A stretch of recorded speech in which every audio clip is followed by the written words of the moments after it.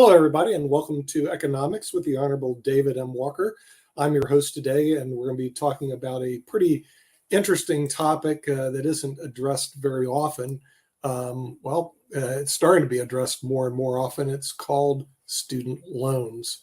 And so the thing is, right now we're looking at a problem with has about $1.7 trillion and a very famous case that's coming down from the Supreme Court, Biden versus Nebraska.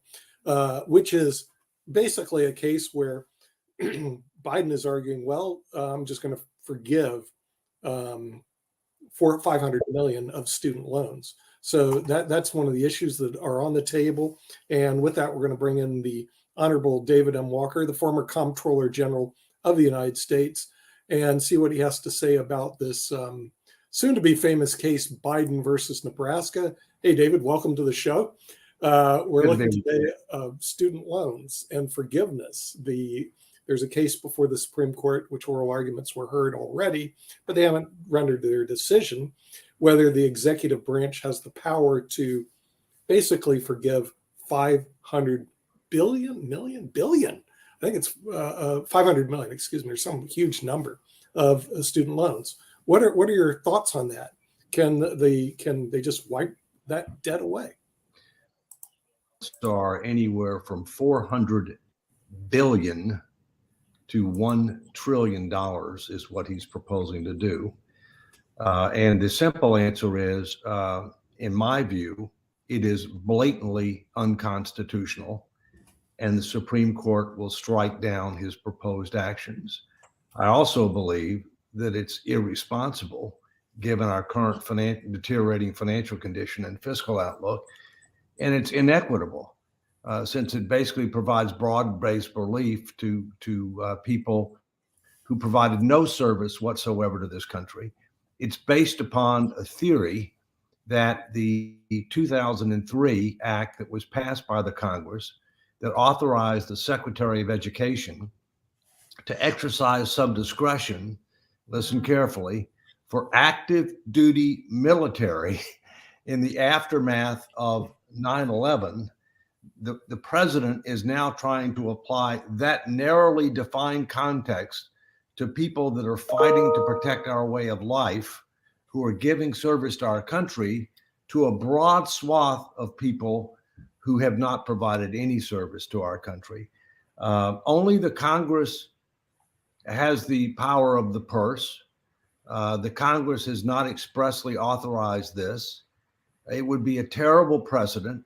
Believe it or not, the biggest asset on the federal government's balance sheet is student loans. And he's talking about giving away anywhere from 25% to over 50% of student loans through executive order.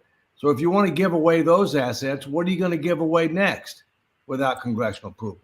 So in my view, again, unconstitutional, irresponsible, inequitable, will be struck down.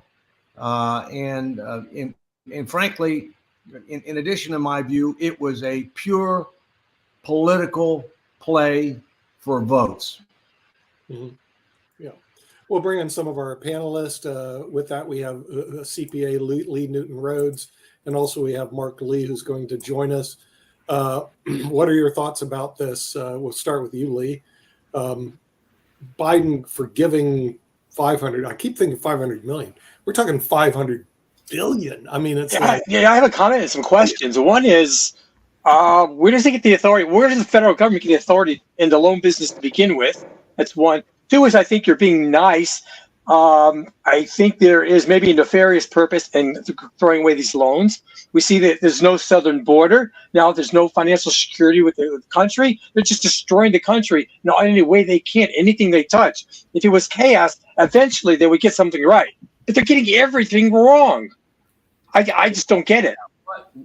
What's going on right now is an ideological battle between those Americans who believe in our founding principles that help to make us great, with the understanding that we need to always strive to form a more perfect union. We're never perfect, we never will be, but we want to continue to try to improve, versus those who want us to adopt socialist state principles.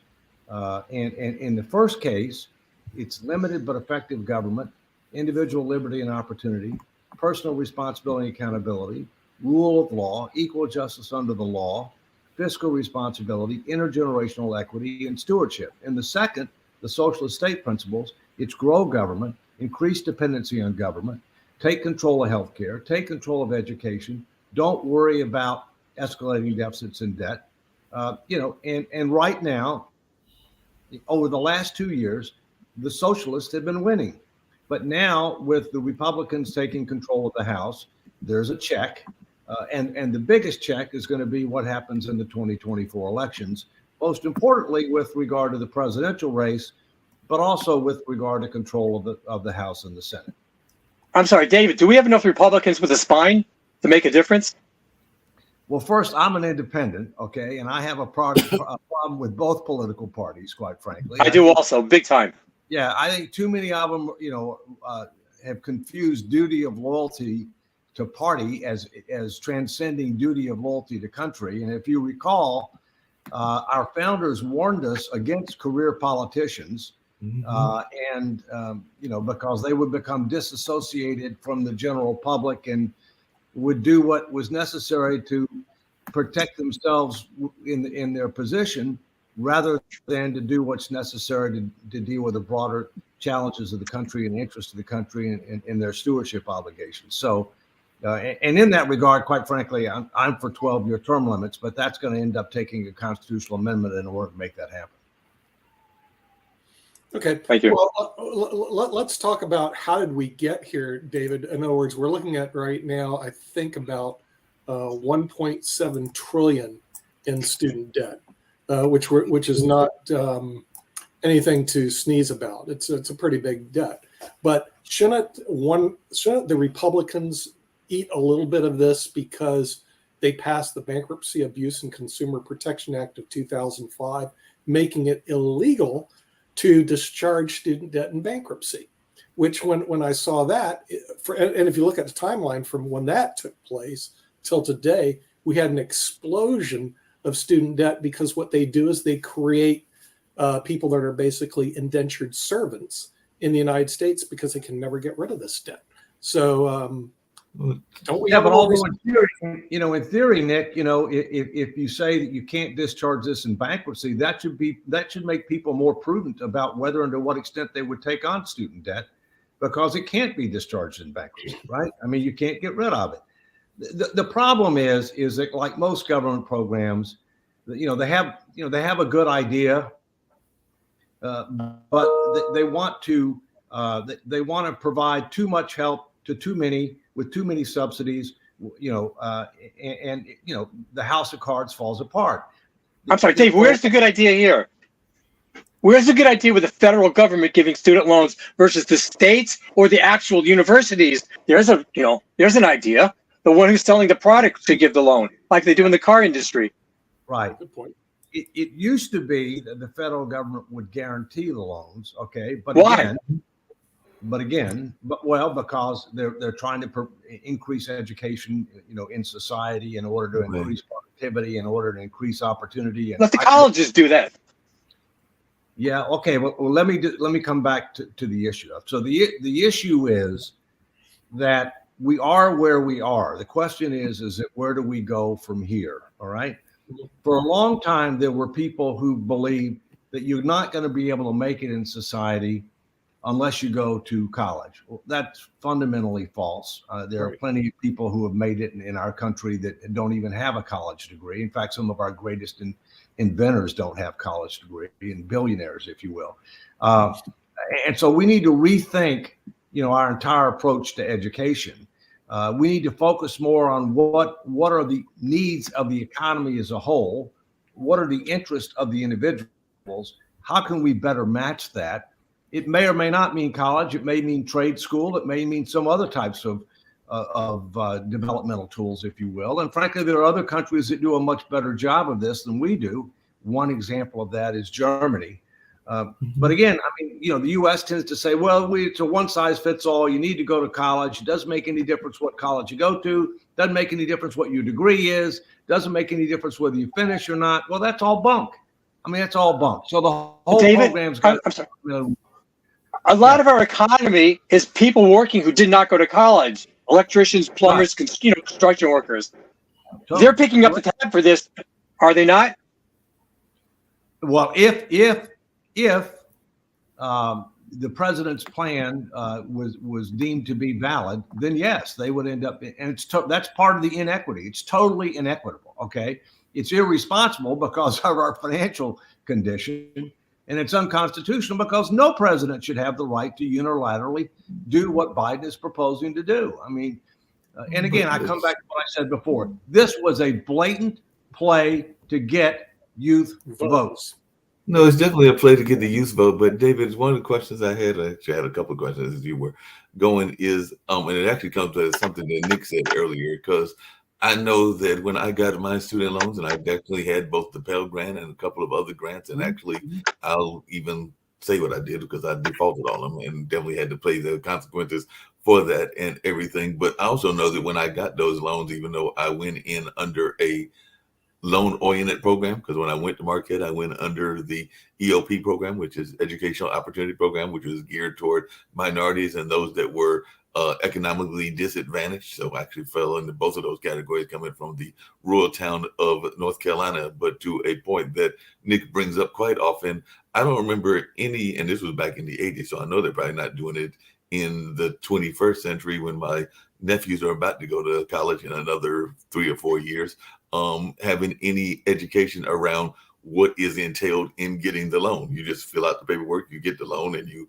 are told to pay it back. But I don't know that there was any explanation even back then as to what you were getting yourself into. And that's my problem with some of our fancy credit cards as well, because a lot of times they target the college kids for those as well, whether it's a celebrity credit card or whether it's American Express. But definitely, I'm just wondering, don't we need to have some education about what the students are getting into in that sense of having some knowledge about it? Because that's one of the weaknesses that I feel we've been suffering from for the last 5 or 6 decades. Well, we have two issues. One issue is you probably know that if you end up going to a college campus when the new students are coming on campus, one of the things you undoubtedly will see is one or more credit card companies trying to sell the students on credit cards. All right. Yes. And get them hooked on debt early. Right. There are disclosures that are given, but how many people read all of that? Okay. I mean, sign here. What's more fundamentally important, Mark, is there are two things that we ought to be teaching, and it ought to be mandatory in order to graduate from high school. Mm-hmm. Number one, civic responsibility. Mm-hmm. And number two, which you're touching on, is financial literacy. Mm-hmm. There's only 16 states out of 50, and I'm pleased to say that my state, Virginia, is one of them, that requires financial literacy before you can graduate from high school. And as a result, a lot of these kids, they don't even know how to do a budget. I mean, I go to, I'm not a Starbucks fan. I call it Charbucks, but it's amazing how many people that you end up seeing buying one of these frou-frou coffees for like $5 or something, putting it on their credit card, and probably not paying off their bill every month, and therefore accruing this interest. And who knows what the real cost is, right? It's a lot higher than $5 by the time you end up adding all the interest. So the bottom line is what we really need is mandatory financial literacy before you can graduate from high school, which will be a lot of issues we're talking about. Yeah, that's going to cut into gender studies. Yeah, well, I have no problem with that personally. I don't have any problem with that. I was shocked when they told me. I was shocked when one of the administration officials testified that men could have babies. I mean, I've never been so scared in my life. You're scared because you might get pregnant now? No, I think I'm past that. But in more ways, you're past menopause. More ways than one. I think my gender won't allow me to, and I'm probably above the age that would be feasible, even if it did. Well, like I said, part of that is one of those fields that we've said that you don't need a college degree for. And I do have some friends in that field because, there's a lot of people that are doing augmented reality and metaverses and a number of other things. And I'm sure that in those platforms, you can definitely do things that are outside of the norm of what would normally go on in society, because that's part of what is taking place in those kind of simulations and all of that. But Well, I'll take my own family as an example, right? My son's a college graduated from Villanova, through the traditional approach, in-person training, right?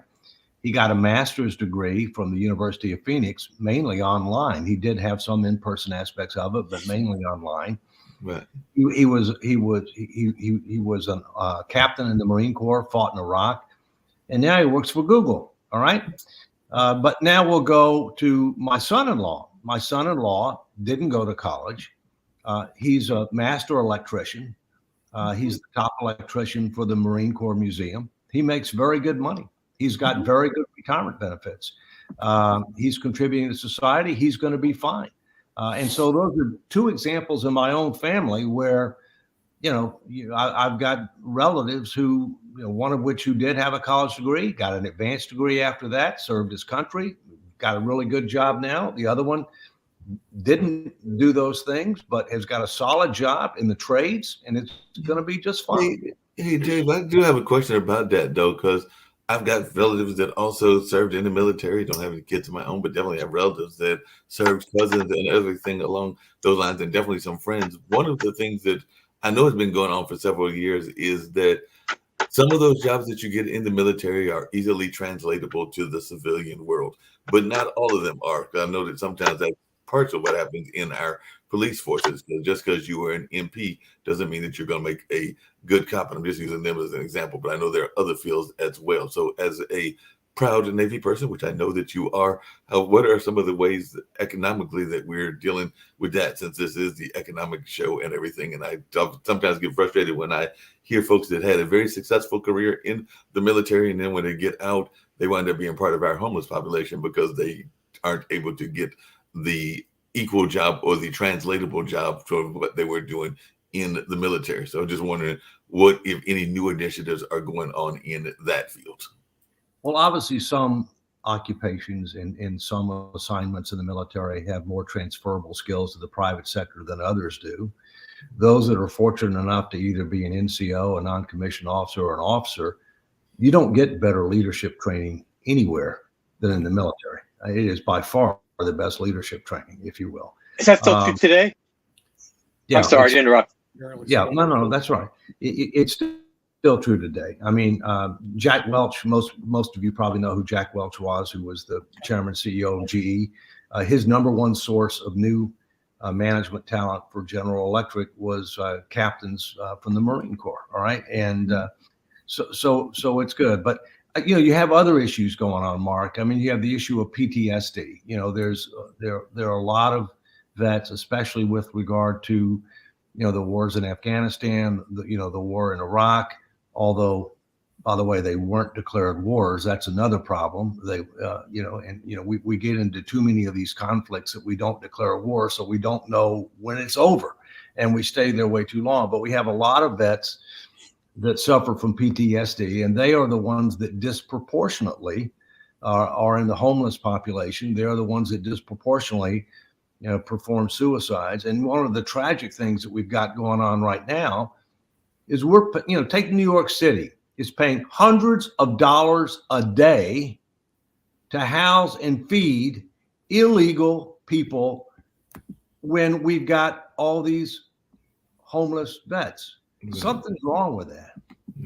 Definitely agree with you. There's something wrong with that for sure. And I actually see them right here. Actually, ironically, I think I was coming back on the bus last week, and right across the street from one of our major hospitals, actually Duke Hospital, and right in front of the VA was literally a person that could have been a veteran or just a person in general that was sitting there in the bus stop as one of the homeless folks. And I've also seen tent cities as well, even here in the small city of Durham. So yeah, that is something that is of concern to me as well. I've definitely brought it up on some of the other. I don't want to go off on a tangent too much. I agree with what you're saying, Dave, but one can make the argument, I don't, at least they're on United States soil. With the money we're sending over to Ukraine with an open check, we're paying for health and welfare and pension costs of people there. I don't get it. Nothing to do with the war costs, even if for those who support the war.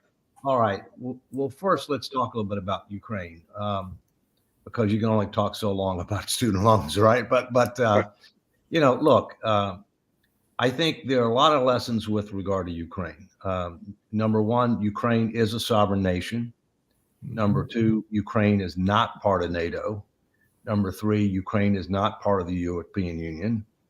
Number four, what Russia did in invading a sovereign nation was blatantly illegal and inappropriate. And the biggest concern that I have about Ukraine is that we are once again disproportionately bearing much more of the burden than we should.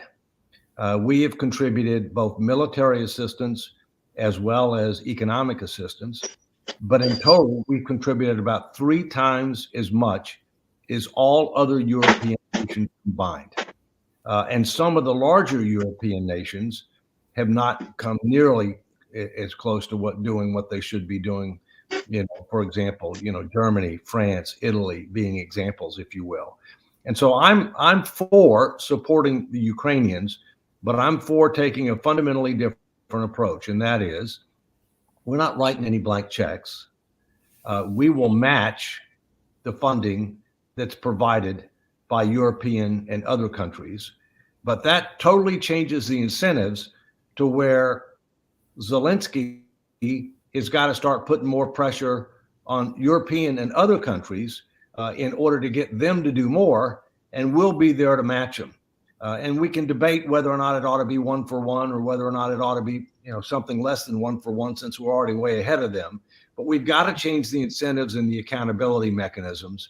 And by the way, the same thing has to happen with regard to supporting the basic NATO budget. You still got a number of countries that are not carrying their weight, and they're disproportionately relying upon the United States.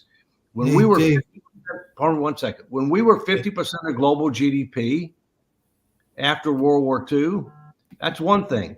But now we're 22%, and we've got serious problems of our own that we need to start coming to grips with.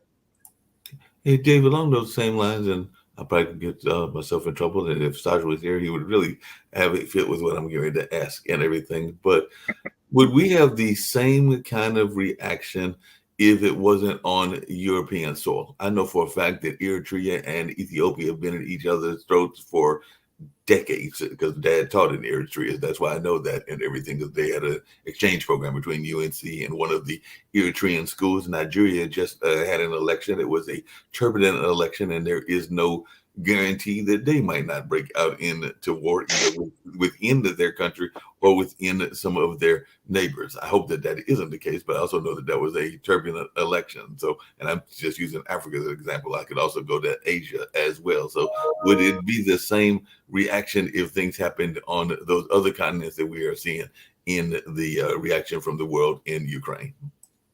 Well, I think it's facts and circumstances. Okay. In the case of Ukraine, you're dealing with a European country that is very important, at least as it relates to agriculture.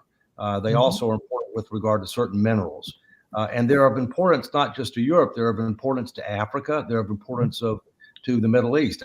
I mean, they're the number one grain provider to Africa and the Middle East, okay, as an example. Secondly, in the case of Ukraine, you've got a democratic country and an autocratic country.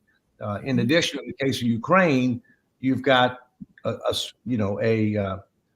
country who is got expansionist ambitions, if you will, that may go beyond Ukraine. Although I think, given how poorly they perform in Ukraine, I think you can forget about that. But I think it's also important to understand what is the larger significance of the conflict. Okay. It's tragic what's going on with regard to Eritrea and Ethiopia, but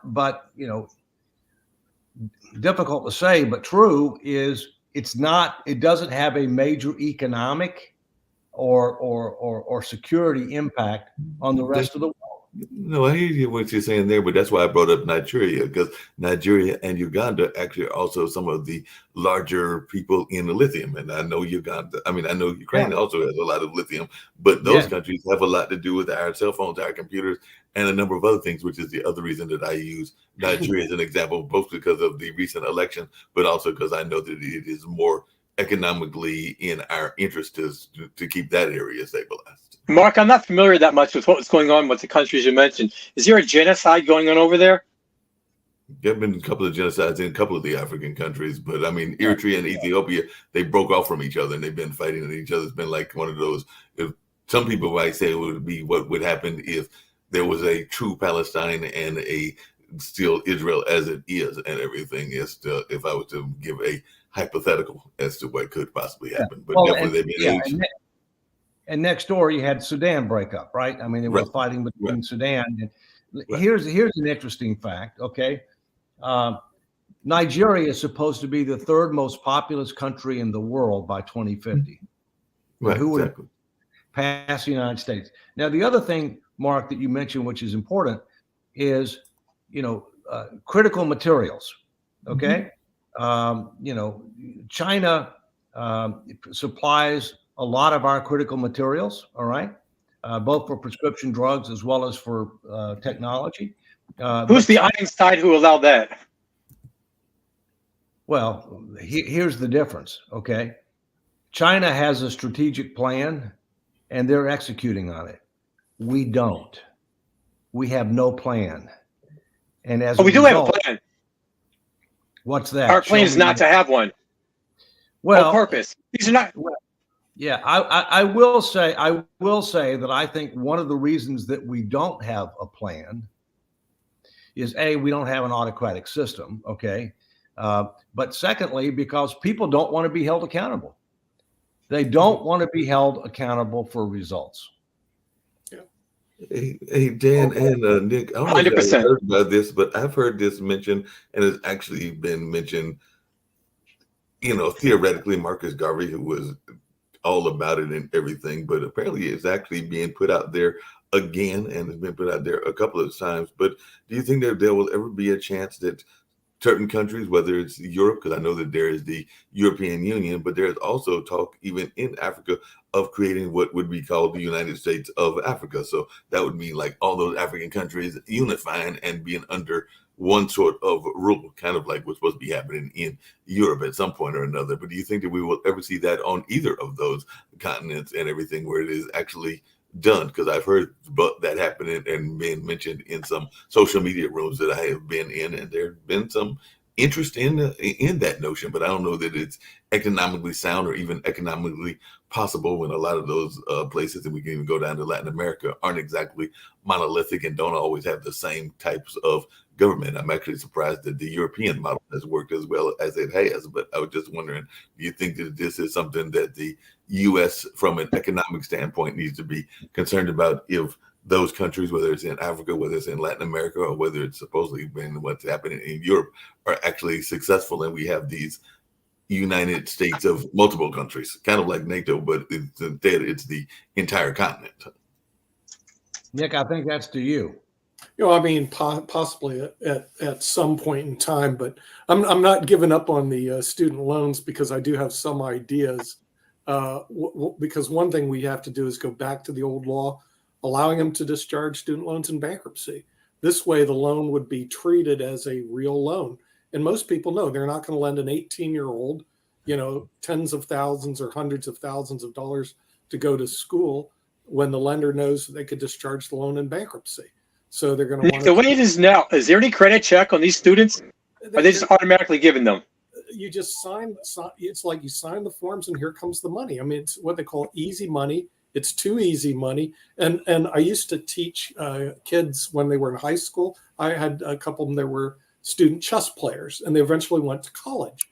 And I said, well, what college are you going to? Now, they started off going to the state colleges that had reasonable tuition. But along came the sirens of the big private universities. Carnegie Mellon was one of them. The other one was a university called, I think it was Reed College or something like that, with huge tuition. And guess what these two kids did? they fell into the private university trap. They went and they took the student loans, both of them. It's like you bit the apple. They took the student loans, and I know their families. They couldn't afford to do this. They literally lived in an upstairs garage. But gosh, he had to go to Carnegie Mellon. You know what he did? He came out with $40,000 in student loans and no degree. But my question is, how? You know what? If they had the ability to charge it in bankruptcy, these lenders would not prey on these students when they're in their early teens, and they prey on these kids. And there is no financial education. There is no, hey, we're going to sit and work this out and figure out where to go. Now, in our situation, Nick, you're forgetting one big thing. Yeah. The federal government's now making the loans. Yeah, right? And they shouldn't be in the business. That's not a business they should be. I agree with you, but the federal government doesn't make prudent decisions with regard to risk and return. No, they definitely don't. They definitely don't do that. Nick and Dave, the question I've got is, this business. The question I've got is, and I don't know the answer. It's bad for the country. No, I got that part, Nick, but I don't know the answer to what I'm here to bring up. No, Nick, not all the way around. There are people making buttloads of money off of this, bushels and whatever. The universities, professors, they're able to raise tuitions. I sat on the other side of it for 12 years. I've been lead faculty for Northeastern University's graduate tax program. Okay, to go to Northeastern, you're talking $50,000 to $60,000. Okay, to get a graduate degree in tax. If you're paying for it, that's a lot of money to get a graduate degree in tax, Lee. Private schools, I mean, I've been up and down that road, but there's alternates out. And I'll tell you one of them, because this is where my wife was smart enough to say, hey, let's move to Georgia. We live in Florida. Why? Well, Georgia has the Hope Scholarship. If you have a B average, you get your tuition paid for to universities like University of Georgia Tech. So my son went to Georgia Tech and paid no tuition for 4 years and got a degree at Georgia Tech. Then he went on to Duke, full scholarship, did really well at GREs, and came out with zero student debt. What's wrong with looking for the alternatives where you do not have to incur? No, this is because they don't have to. But the question at hand, and I'm going to reach out to David. But David, in this case, the Supreme Court argument, what I think they're saying is that many of the justices are saying that this is a congressional decision, and that this amount of money couldn't be just saying a president giving an executive order saying forgive all of this debt relief, right? I mean, correct. Do you think that's fair that we should just say that it's no different than congressional appropriations or in anything that is an act of Congress, and that you can't just do an executive order and say, do this? Right? Under the Constitution, the Congress has the power of the purse. And this, in effect, is spending $400 billion to $1 trillion through an executive order, which is unconstitutional, irresponsible, and inequitable. And that's a terrible precedent. Okay. By the way, let me come back to a second.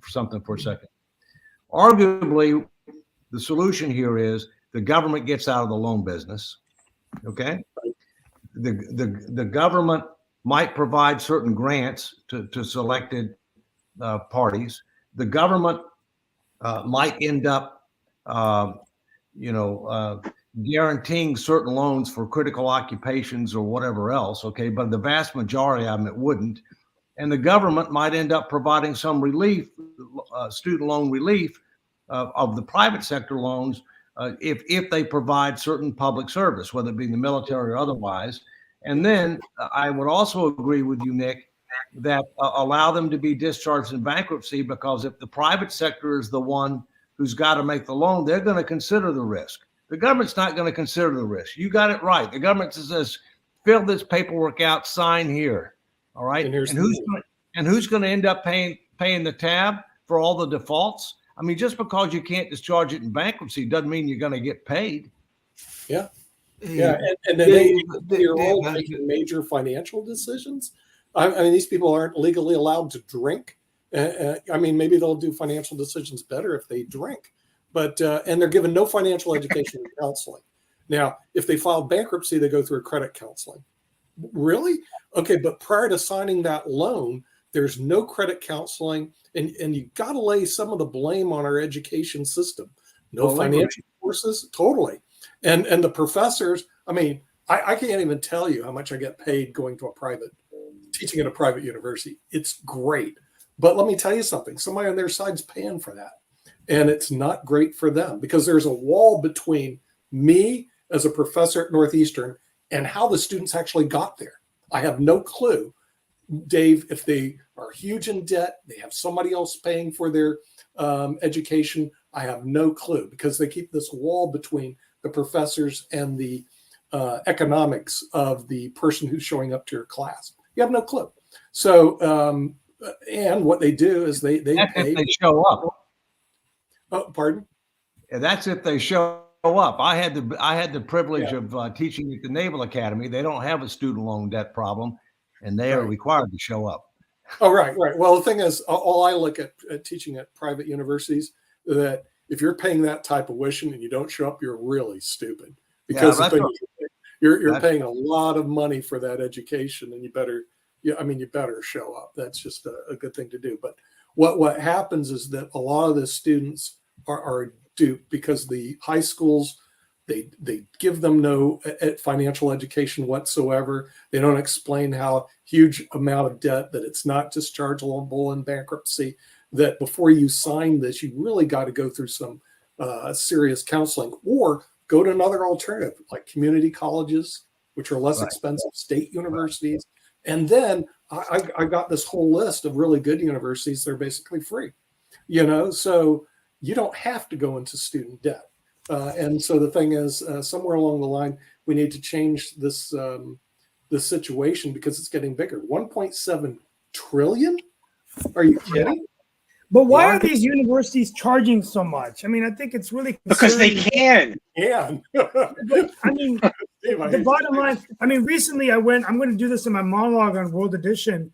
But I went to an event last week with Wake Tech, and it's an amazing community college system, and they had really amazing stories of their analogy was running a race and how certain people in the race of education, they just don't have the finances. And so they go into community colleges, and these kids are getting, or even people that are in the middle of a career. Yes, they're graduating and getting $150,000 jobs and getting into engineering and stuff, but they're not having to pay these exorbitant fees. So what value is, if I was to send my son to Emory right now, and he's waiting for college, I'd have to pay $115,000 a year.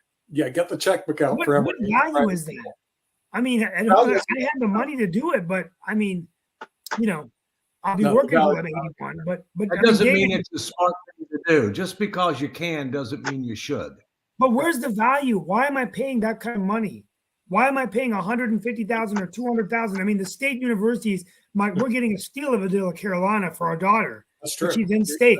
UNC, right? NC State. Or NC State. Or David, you're in Virginia, I think, right? So the Virginia schools, University of Virginia. Probably very competitive to get in there from Virginia. The University of Virginia is a top school. You got Virginia Tech engineering. Randy Woodson, our chancellor, says if you don't get into state or Georgia Tech, you go to Virginia Tech. But the bottom line is that I just really wonder whether people need to start looking and saying, wait a minute, why is the tuition going this high?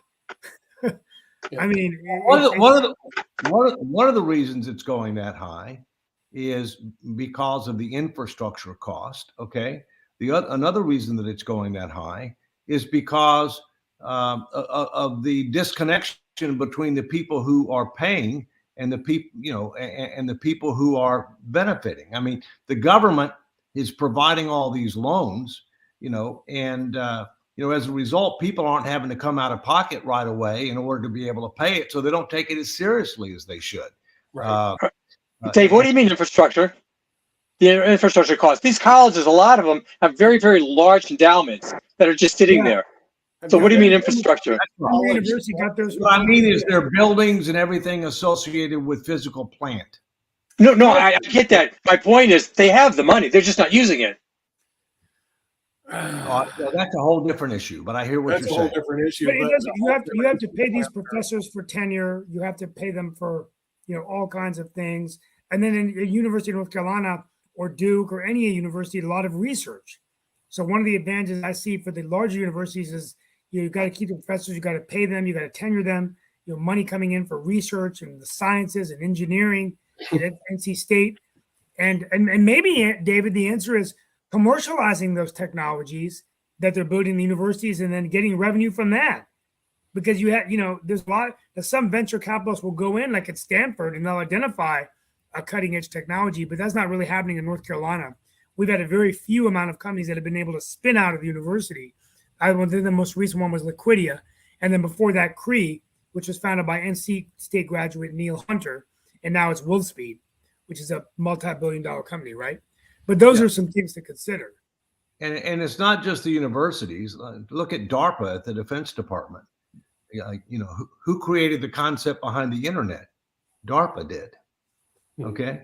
And so there clearly needs to be more done to be able to make sure that the taxpayers benefit from the innovation that occurs in government to a much greater extent than has been the case in the past. Yeah. But other than votes, what was the interest of Joe Biden just to do a blanket forgiveness of $500 billion? In other words, just write down the asset base. And doesn't that show that this gentleman is fiscally irresponsible to most of the American citizens? Okay. I mean, I just don't see this guy being lucid. Well, he is the last fiscally responsible president that we had was Bill Clinton. Nobody since Bill Clinton has been fiscally responsible. But it was a different type. But it was a different world, though. I mean, look, and I know he was your boss for a few years, right? But there were it was never my boss. No, you weren't in the Clinton administration. No, he nominated me to be Comptroller General of the United States, but Comptroller General is head of the Government Accountability Office, which is in the legislative branch. So I work for the Congress of the American people. I had to be independent from the president. I had to be independent. Oh, okay. I'm sorry, but no, that's all right. It's an understandable. But the point is, during that time, it was a different time, and that you didn't have a lot of wars. I mean, there was a relatively peaceful time, right? But he did focus on it. That's a whole different story. We never should have gone into Iraq to begin with. It was done based upon false pretenses. It cost trillions of dollars, thousands of lives, created a vacuum in the Middle East, eliminated a check and balance against Iran. And even my son, who fought in Iraq as a Marine Corps officer, agrees with that statement. I mean, and so, we stayed in Afghanistan way too long. We should have gotten out as soon as we neutralized Al-Qaeda. We stayed in there for 20 years, and we exited in one of the most embarrassing ways in the history of mankind.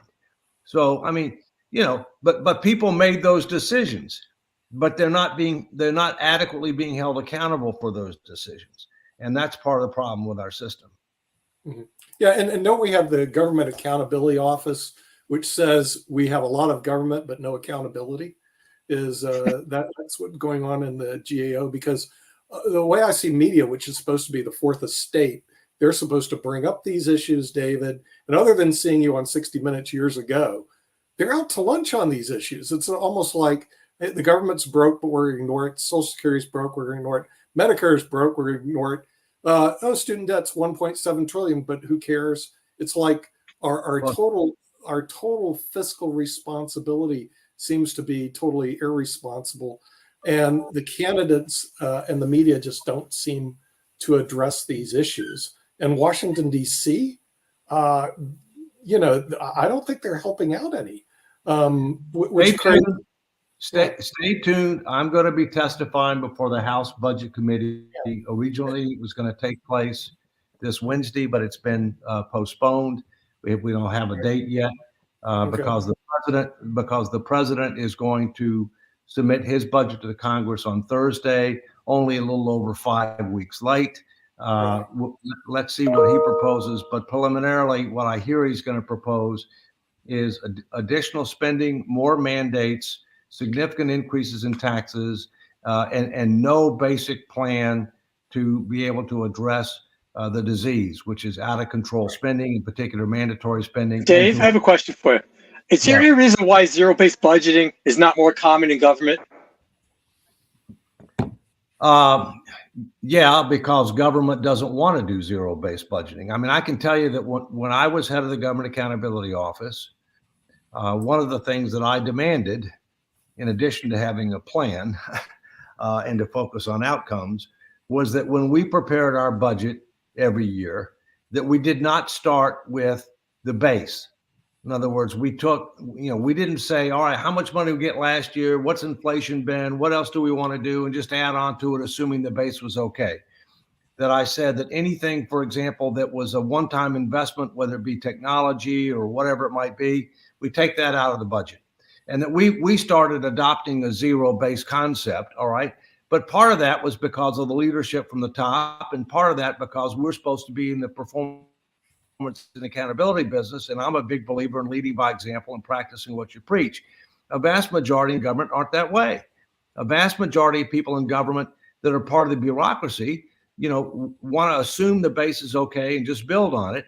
A vast majority of the political appointees that are in government are only there for 2 or 3 years. They're not focused on economy, efficiency, and effectiveness at all. They're focused on, PR and sexy policy issues and things that they can start and complete within their tenure, so they can say that they accomplished something. So, the whole system has got to be re-engineered.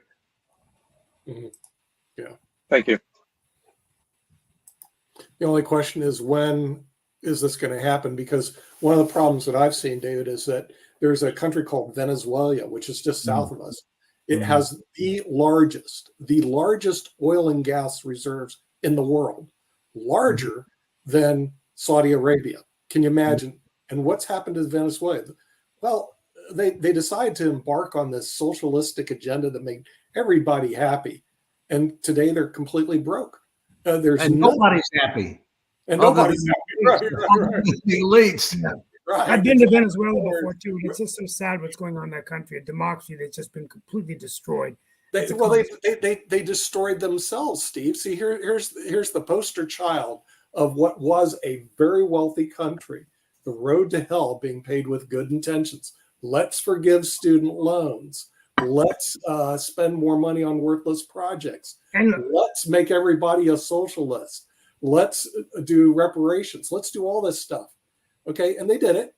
And today they're all broke. Yeah, I wrote a paper on that, Emory. They also used import substitution. They try to produce their own domestic industries with state-owned industries, which typically doesn't work very well. The India richest used to do that as well. country in South America. Now, let's go look at the United States. They're heading to this road of perdition. There's absolutely no question. If you looked at the economics of what they're doing and their projections, we are heading to the route of Venezuela, where we're going to be broke. And the thing, we're broke already, but we're going to be Venezuelan broke, which is big time broke. So we'll be the richest country in the world, just like Venezuela is the richest country in Latin America. But our leaders in Washington don't even see it. Yet it's written everywhere. Everywhere you go, everything that you see, all the demographics that you're seeing with Social Security going broke, Medicare going broke, the country's broke. The debt level exceeds more than 100% of GDP. That's Spain. Stay tuned for the testimony later this month. Yeah. Well, I mean, I don't want to paint such a negative picture, but any person who is wealthy in the United States will be looking for their exit visa to Canada or to some country, which almost any country would do today, that's better off financially than the United States, because we're in a heap of trouble, and nobody in Washington wants to acknowledge it. Instead, let's give away another $500 billion. We don't have the $500 billion to give away. But typically the United States, I don't know why we continue to be able to do it, because we can print more money. I mean, sooner or later. Well, you saw what happened when they did that. It was called inflation. Okay. And that's what happened in Venezuela. That was one of their solutions. They printed more money. Now you take a wheelbarrow of Venezuelan money to the grocery store, then you go to the grocery store, all the shelves are empty. So you know what they're doing? They're leaving the country to come to the United States. By the way, big mistake. They need to go up to Canada. They're more fiscally sound than we are here. But they're leaving the country of Venezuela, the richest country in Latin America. So because you have this book, America in 2040, right? Still a superpower. America in 2040 may be broke. It may be Venezuela in 2040. Don't forget the question mark. Yeah, yes, it does say. By the way, there's a good question mark. Maybe next week when we have David Walker on, Fareed Zakaria brought up some good points about China and it's changing in the world. It's changed on the nuclear strategy, the economy. And, you look at the U.S. now, in the old days, we had the former Soviet Union, but of course, you're going to have a much weaker Russia, but you have Russia, China, and North Korea. The fact of the matter is we have more nuclear warheads pointing towards our country now from all of these countries eventually. Plus, let's not forget Iran, who's now sitting on a nuclear weapon. I mean, this is ridiculous. And we, any president of the United States, we're saying, well, let's go talk to Saudi Arabia. Let's go talk to Iran. I'm going on a limb and saying, look, I don't think we need to have a foreign policy that's working with any of these countries. But, well, in reality, what should happen is that we should eliminate a vast majority of the nuclear weapons and just have enough to deter nuclear war. Okay.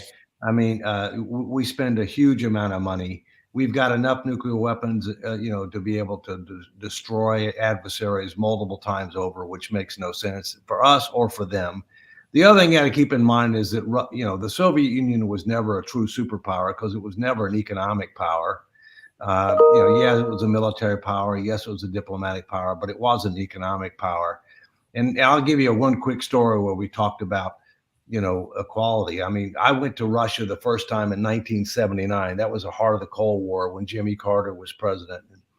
And we're all thinking of him now. And I think he's probably the best ex-president we've ever had. But no news. We haven't heard anything. So he's still I know, but he's on hospice, so it's only a matter of time. But my point is, when I was in the Soviet Union in Moscow, we went around, had an in-tourist guide who was communist trained, who said, here on the right is Moscow University, one of 4 universities in the Soviet Union. Here in the Soviet Union, everybody has equal opportunity to go to the university. So, me, the shy guy in the back of the bus, I raised my hand up. I said, ma'am, could you help me? I said, you said you had 4 universities in the Soviet Union and everybody has an equal opportunity. I said, we've got more than 4 in Boston. How can you have equal opportunity for everybody to go to college? And she went off script a little bit and said, well, here in the Soviet Union, everybody's equal, some a little bit more equal than others. There you go. Remember when Rocky fought Drago? Oh yeah. Well, I was hoping I'm watching the Creed movies at night. I'm going to try to go with Creed to see Creed 3 this weekend with my son. But it would have been funny if I heard Rocky's on this movie. But wouldn't that be funny if Rocky was running for governor of Pennsylvania or the U.S. Senate or the White House? I mean, why not? Rocky Balboa for president. Hell, I mean, he fought the Soviet Union in Rocky IV. Well, Pennsylvania's going to need a new senator before long. Well, there you go. Rocky Balboa for the U.S. Senate. I just made that up. I think it's great. Yeah. He's got a lot of philosophical quotes. Steve, maybe that's what we need then. Just a regular patriot American from the outside the establishment who's not there in Washington to make friends and worrying about, getting reelected. But that's the opportunity Donald Trump had, and he really blew it. I mean, when you think about it, Trump did he blow it, or was the establishment so well embedded that it's virtually impossible to push back?